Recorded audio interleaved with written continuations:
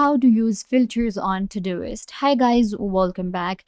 Today I'm giving you a quick tutorial on how to use filters on Todoist. So let's get started. First, what you have to do is you will open up Todoist.com and you will get to this platform right here. You will sign in and open up your project. So once you get to Todoist, you will see that we have this panel right here. We have inbox, today, upcoming, and then we have filters and labels. So I'm going to click on filters and labels. It will show me my filters and labels that I have created. So you can see I have 2 filters created right now, but I will create more. So to create a new filter, you can just click on this plus button and add a filter name. So I'm going to add a filter which is going to be due date. Okay, and then we have filter query. So if you want to add a query, you can go ahead and do that. And then we have filter color. So I'm going to give it this color, and once it's done, I'm going to also add a query. Okay, and click on add. Once you do that, then you can just edit the query from here as well and click on save. Once it's done, your new filter will be created. You can see due date. I'm gonna go ahead and create another one for you guys. Let's go ahead and call this one new. And for query, again, I'm going with new. And for the color, I can just go with this one. Click on add and new filter will be added. So these are all the filters. If you want to edit it, you can just go to edit filter and edit it out anytime you want. Then you can click on these 3 dots and it will give you more options such as add filter above, add filter below,